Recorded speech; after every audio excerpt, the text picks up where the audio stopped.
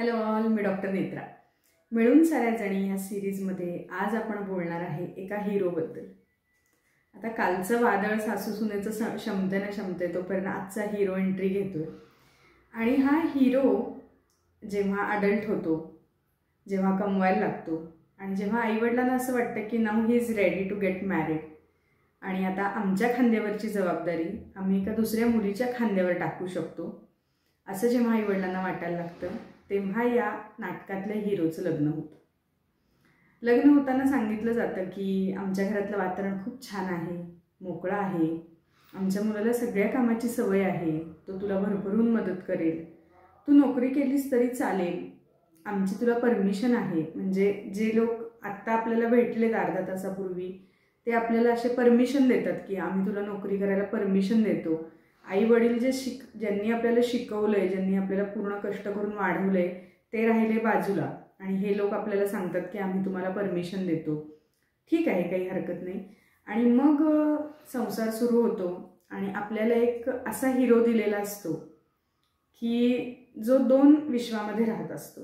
पहिलं विश्व त्याचं काम, वर्क प्लेस, की जिथं तो एकदम परफेक्ट असतो, सगळ्यांशी हसून खेळून बोलत असतो, सगळ्या स्टेज परफॉर्मन्सेसमध्ये, ग्रुप मिटिंगमध्ये सगळ्यांना मिळून मिसळून राहणारा, सगळ्यांना मदत करणारा, त्याच्या कामामध्ये परफेक्शनिस्ट, सगळी कामं वेळेत करणारा, असा एकदम आयडियल पर्सन असतो.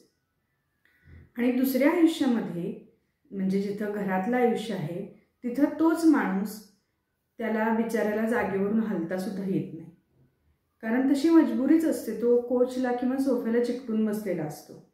पूर्वी बिचाराच्या हातात पेपर असायचा, आता त्याला लॅपटॉप आणि मोबाईल असे 2 गॅजेट्स मिळाले की ज्याच्यामुळं तो असा खुर्चीला किंवा सोफ्याला खिळून राहतो आणि मग त्याला काहीच करता येत नाही, तो हतबल होऊन जातो. आणि मग त्याचे जे सहकलाकार आहेत घरामधले, ज्याच्यामध्ये बायको आहे, मुलं आहेत, मग त्यांच्याकडं लक्ष देणं आणि मग त्यांना काही फारसं महत्त्व देणं याच्यामध्ये फारसं काही त्या नायकाला इंटरेस्ट राहत नाही.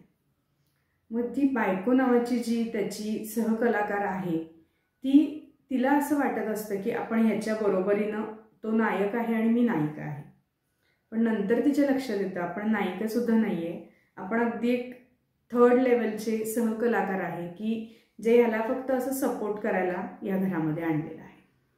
मग पहिल्यांदा ती जी नायिका असते, जी स्वतःला नायिका समजत असते, ती त्याच्याकडून खूप अपेक्षा करते. म्हणजे वेळीच असते ती पूर्ण, की हा खूप हसरा खेळणारा माणूस आहे आणि मग आपण दोघंजण मस्त फिरू, आपण दोघंजण मूवीज बघू, आपण दोघंजण छान गप्पा मारू, दोघंजण मिळून काहीतरी बनवू, दोघंजण मिळून शॉपिंगला जाऊ, असं मस्त मला आता पार्टनर मिळालं आणि आता आपण दोघंही कमवतोय, पैशाची काही टेन्शन नाही आहे, घरचं पण सगळं छान आहे आणि आपण दोघंजण आता लाईफ एन्जॉय करू. पहिले थोडे दिवस होतं असं कधीतरी, मग नंतर तो जो नायक असतो तो त्याच्या ओरिजिनल फॉर्ममध्ये यायला लागतो. आता ओरिजिनल फॉर्म म्हणजे काय, की मला तर असं वाटतं की हे जे नायक आहेत सगळे घरातले हे वेंडिंग मशीनसारखे आहेत. तर वेंडिंग मशीन काय असतं, वेंडिंग मशीनमध्ये जर पैसे टाकले तरच त्याच्यातनं प्रोडक्ट बाहेर येतो. तुम्ही जर पैसे टाकले नाही तर त्यातनं प्रोडक्ट बाहेर येत नाही. आता हे सांगण्याचं कारण काय, तर हा जो नायक आहे जिथं त्याला पैसे मिळत आहेत म्हणजे ऑफिस, तिथं तो इतकं छान काम करतो की असं वाटावं की हाच माणूस आहे की ह्याचा कोणी क्लोन आणून इथं बसवलाय.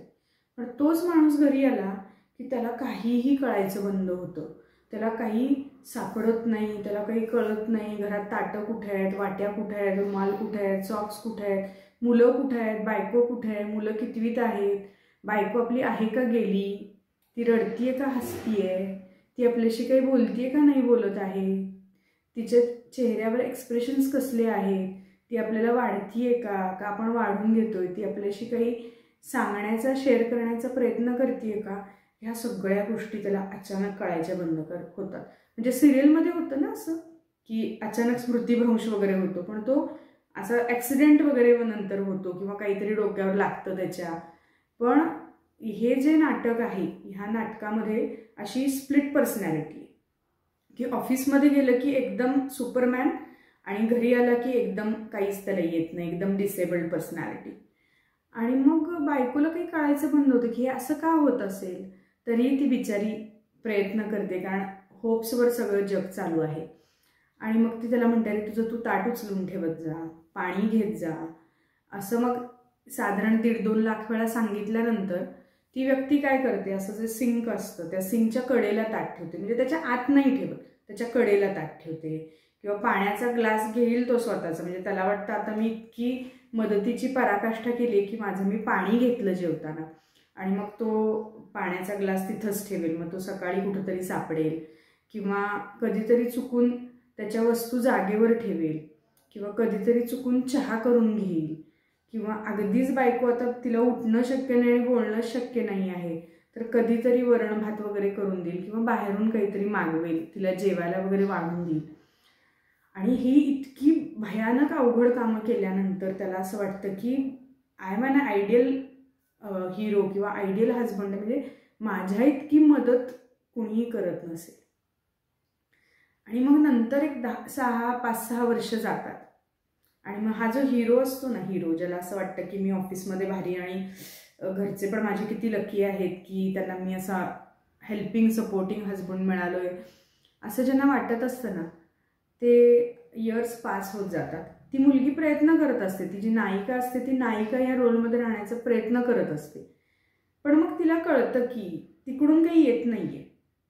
आपण कितीही आनंदी राहण्याचा प्रयत्न केला, घरातलं वातावरण छान ठेवण्याचा प्रयत्न केला, आपण कितीही त्यांना आपला अपमान करू दे, घालून पडून बोलू दे, किंवा दुर्लक्ष आपल्याकडे करू दे की तुझं काही फारसं महत्त्व नाही आहे ह्या घरामध्ये, असं कितीही केलं तरी आपण प्रयत्न करतो. तिला असं वाटतं की नाही होईल सगळं, आता तो बदलेल थोडासा, तर मी इतकी बदलले मग तोही थोडासा बदलेल आणि मग सगळं मस्त आपण छान एन्जॉय करू, असं ती प्रयत्न करत राहते.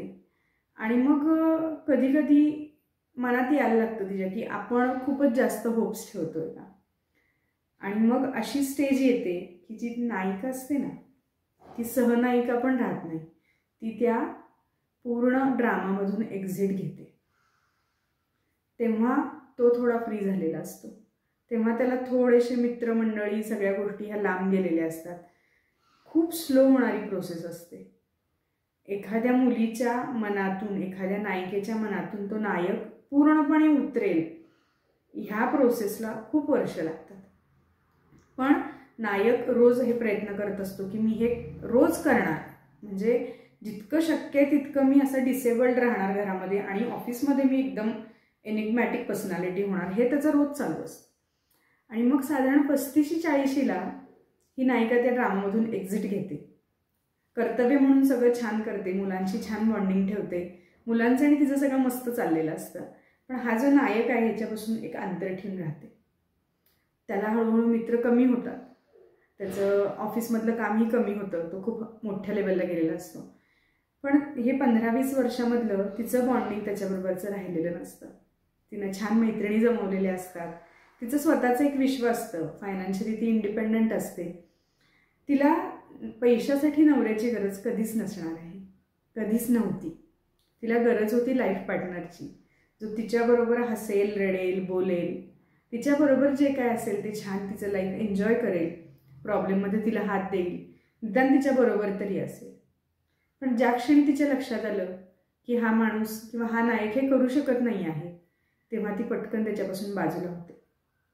आणि मग पुरुषांना जाणवायला लागतं की तू बदलली आहेस, तुझ्यामध्ये खूप बदल झाला आहे, तुमचं तुम्हीच मुलं आणि तूच बाहेर जात आहे, मला तुम्ही विचारतही नाही आहे, मैत्रिणी आणि तुम्ही खूप एन्जॉय करताय, मला कोणी फारसे मित्र नाही आहेत, मी काय करणार शनिवार रविवार.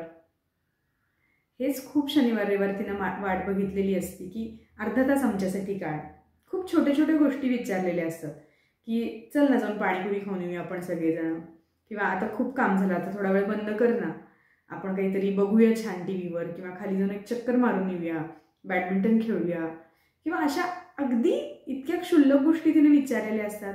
आणि त्याच्यावर तिला फटकन काहीतरी अपमानास्पद उत्तर मिळालेलं असतं. आणि मग ती डिटॅच होत जाते, दुःखी नाही होत, डिटॅच होत जाते. आणि मग एक स्टेज अशी येते की ती तिच्यामध्ये खूप ब्लिसफुल असते, आनंदात असते, मुलांचं आणि तिचं सगळं छान चाललेलं असतं, आणि तिचं स्वतःचं विश्व तिनं अतिशय सुंदर निर्माण केलेलं असतं की जिथं तिला आनंद देणाऱ्या व्यक्ती असतात, जिथं तिच्याबरोबर छान मनमोकळेपणाने बोलणारे व्यक्ती असतात, जिथं आयुष्य खरोखर जितकं जगता येईल, जेवढं शक्य आहे तेवढं जगणाऱ्या व्यक्ती तिच्याबरोबर असतात आणि मग ती स्वतःचं विश्व निर्माण करते. आणि मग त्यावेळी तो नायक असतो ना, त्या नायकाच्या हातात काहीही राहत नाही. कारण पैशासाठी ती तुमच्यावर डिपेंड नव्हती, ती डिपेंड होती तुम्ही ॲज अ पार्टनर म्हणून.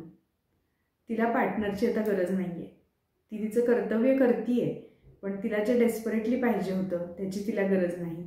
स्त्री ही बऱ्याच वेळा स्वयंपूर्णच असते, तशी तिला फारशी कशाची गरज नसते, पण तिची गरज सगळ्यांना असते. मी फक्त हे स्त्री आहे म्हणून सांगत नाही, तुम्ही कोणीही रिलेट करू शकता. आणि मग असे जे पुरुष असतात त्यांचं म्हातारपण किंवा जे मिड एज क्रायसिस असतो 50मध्ये खूप अवघड जातं. कारण जी पार्टनर म्हणून चूज केलेली असते ती आता आपली पार्टनर राहिलेली नसते, आपण राहून दिलेली नसते. आणि मग त्यावेळी ते अगदी एकटे होतात आणि त्याच्याबद्दल त्या स्त्रीला काही वाटत नाही. कारण तिनं 10, 15, 20, 25 वर्ष प्रयत्न केलेले असतात की आपण दोघंजण एकत्र आहे, आपण दोघंजण एक आहे आणि आपण त्या पद्धतीनं राहूया. पण अनफॉर्च्युनेटली त्यानं त्या रिलेशनला खत पाणी घालण्याच्या ऐवजी जितकं त्याला दुष्काळात ठेवता येईल तसं ठेवलेलं असतं आणि मग ते नातं सुकून जातं.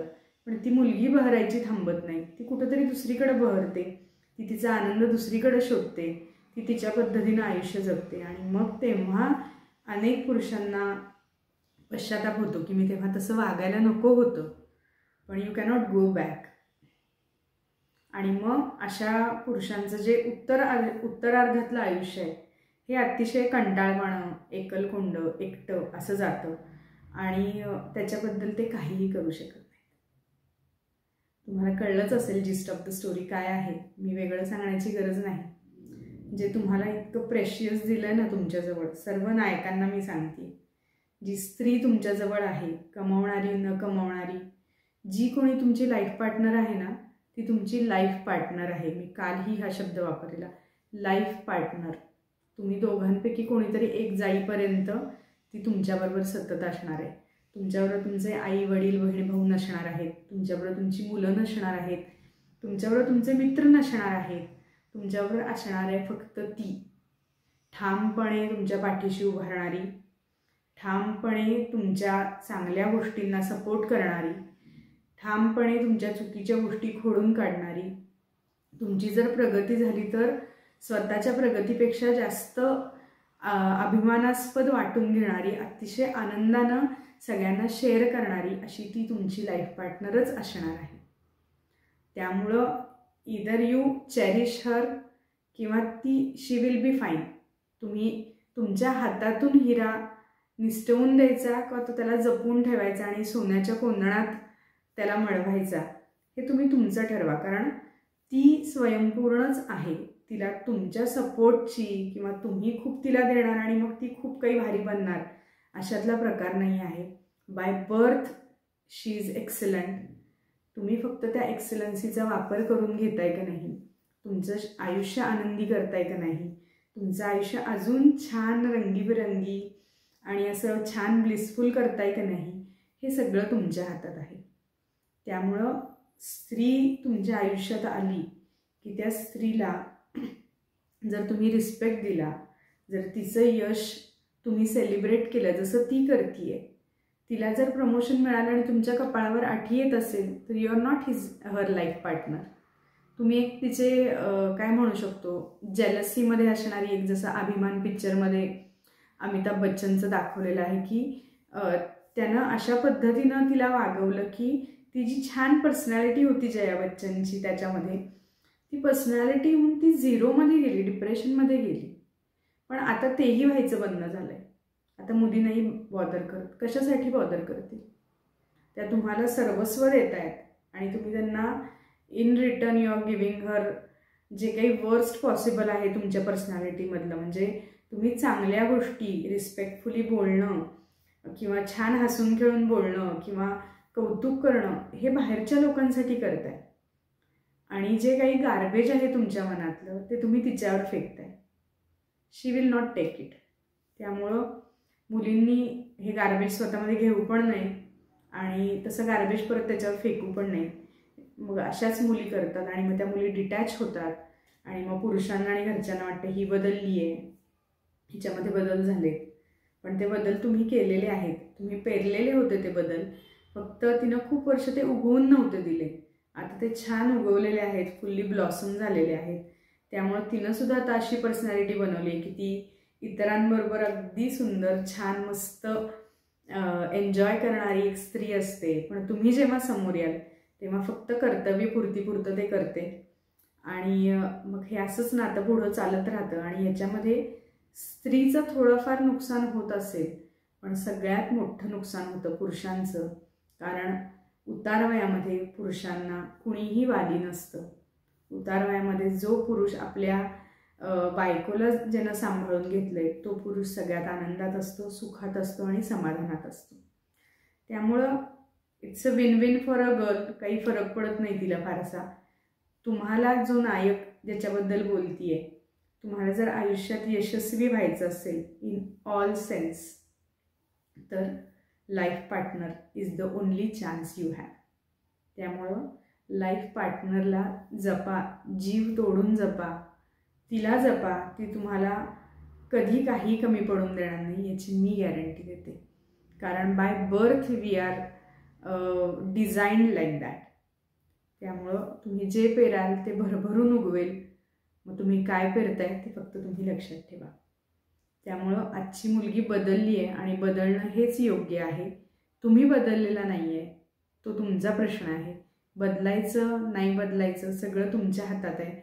सुख मागून घ्यायचं का दुःख मागून घ्यायचं हेही तुमच्या हातात आहे. आणि बदल करायचे का नाही करायचे हेही तुमच्या हातात आहे. त्यामुळं टू ऑल माय फ्रेंड्स, म्हणजे ज्या मुली आहेत, मैत्रिणी आहेत, स्ट्रॉंग राहावा. दुसऱ्याच्या आनंदावर तुमचा आनंद ठरवू नका. तो माणूस तणतणत घरात आला म्हणून तुम्ही तणतणायची गरज नाही. तो माणूस सतत वैतागलेला आहे म्हणून तुम्ही घरात वैतागलेलं राहण्याची गरज नाही. त्या माणसाला त्याचे इमोशनल जे गरजा आहेत की ज्याच्यामध्ये बोलणं आहे, सांगणं आहे, ह्या करायला जमत नाहीत. फक्त ओरडायला जमते, नावं ठेवायला जमते. तो तुमचा दोष नाही. ती त्या माणसाची पर्सनल गोष्ट आहे, ती त्या माणसाचा पर्सनल प्रॉब्लेम आहे. त्याच्यामुळे तुम्ही स्वतःचं आयुष्य झाकोळून घेऊ नका. तुम्ही जशा छान आहे, ब्लिसफुल आहे, सुंदर आहे तशाच राहावा. आणि तेच तुम्हाला आयुष्यभर करायचं आहे की मी स्वयंसिद्ध आहे, मी स्वतः उत्तम कमवू शकते, मी स्वतः आनंदात राहू शकते, मी माझं कुटुंब उत्तम पद्धतीनं सांभाळू शकते, with you or without you. तर हे खूप सिरियस आहे. जसं मी कालच्या व्हिडिओमध्ये बोलले, हे खूप सिरियस आहे. आणि अनेक मुली लाईफ पार्टनर असूनसुद्धा नसल्यासारख्या राहत आहेत. तर हे फेल्युअर आहे फार मोठं. आणि फेल्युअर हे पुरुषांचं आहे, स्त्रियांचं नाही आहे. कारण त्यांना तसं राहणं कधीच आवडलं नव्हतं आणि आवडणारही नाही. त्यामुळे ball is in your court. तुम्ही तो कशा पद्धतीनं खेळायचा हे तुम्ही ठरवा. आणि मुलींनो, जसं जगताय छान तसं जगा. कोणामुळेही तुमचं आयुष्य निगेटिव्हली इन्फ्लुएन्स होऊन देऊ नका. कारण त्याचाच पगडा आपल्या समाजावर जास्त आहे. मुलगी कशी जास्तीत जास्त वैतागलेली राहील, कामामध्ये पिचलेली राहील, कशी ती आनंदात राहणार नाही याची सगळी व्यवस्था समाजानं व्यवस्थित करून ठेवलेली आहे. आता आपण समाजाचे भाग नाही असं समजा. समाजाची जी चुकीची बंधनं आहेत ती झुगारून द्या आणि जे योग्य आहे, जे श्रेयस आहे ते करा आणि अतिशय सुंदर आयुष्य जगा. ठीक आहे, तोपर्यंत काळजी घ्या. बाय.